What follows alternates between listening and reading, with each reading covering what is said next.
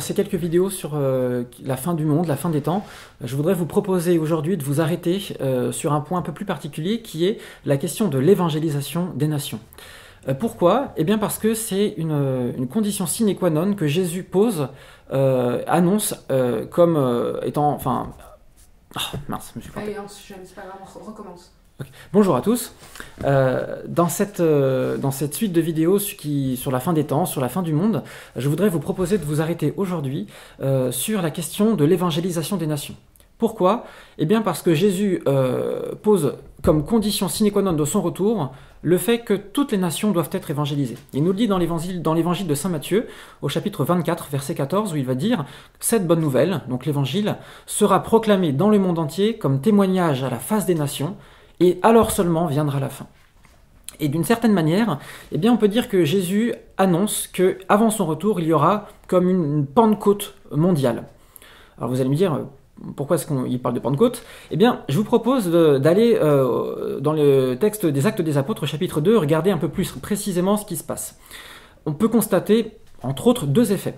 Le premier, c'est que, immédiatement après la descente du Saint-Esprit, toutes les nations qui sont représentées à Jérusalem eh bien, entendent, de manière embryonnaire, mais entendent quand même les merveilles de Dieu dans leur propre langue. Donc on voit qu'il y a déjà prophétisé le fait qu'un des buts de la Pentecôte, c'est que toutes les nations puissent être intégrées dans le salut que propose le Christ. Même si eh bien, les apôtres vont comprendre cette question progressivement. Et le deuxième point qui est important, c'est que la Pentecôte revêt un caractère apocalyptique. Et ça, c'est un peu moins connu, mais si on regarde le discours que Saint Pierre fait juste après, au moment où il y a des gens qui commencent à dire « Oulala, les apôtres sont complètement ivres, qu'est-ce qui se passe ?» Et Saint Pierre leur dit « Non, on n'est pas ivre, mais au contraire, c'est bien ce qu'avait prophétisé Joël qui est en train de se passer. Il se fera dans les derniers temps, que moi, dit le Seigneur, je répandrai mon esprit sur toute chair, vos fils et vos filles auront des visions, vos vieillards auront des songes. » Et il dit au verset 19, eh bien, je ferai des prodiges dans le ciel, des signes sur la terre. Le ciel se changera en ténèbres, le soleil se changera en ténèbres et la lune en sang. Tiens, ce thème du soleil et de la lune qui se modifie, on le retrouve dans plein d'endroits dans la Bible. Toujours dans l'évangile de saint Matthieu au chapitre 24, où Jésus parle de ces signes cosmiques comme étant un prélude avant son retour, et dans le livre de l'Apocalypse, on le retrouve aussi au chapitre 6, lors de l'ouverture mystérieuse du 6e sceau. Et pourtant, au moment de la Pentecôte, il n'y avait pas ces phénomènes-là. Alors pourquoi Saint Pierre les met ensemble? Il ne s'est pas trompé, il a parlé sous l'influence du Saint-Esprit. Eh bien, c'est pour nous dire que la Pentecôte, c'est encore un phénomène qui se poursuit aujourd'hui dans le temps, et que le Seigneur continue d'actualiser à chaque instant.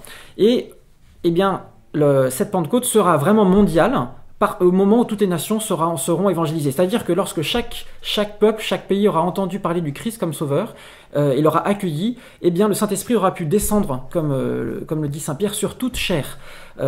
Mais pour l'instant, c'est pas encore réalisé. Et donc, on est chacun appelé à justement contribuer à ce que le monde eh bien, sache que Jésus est vraiment sauveur.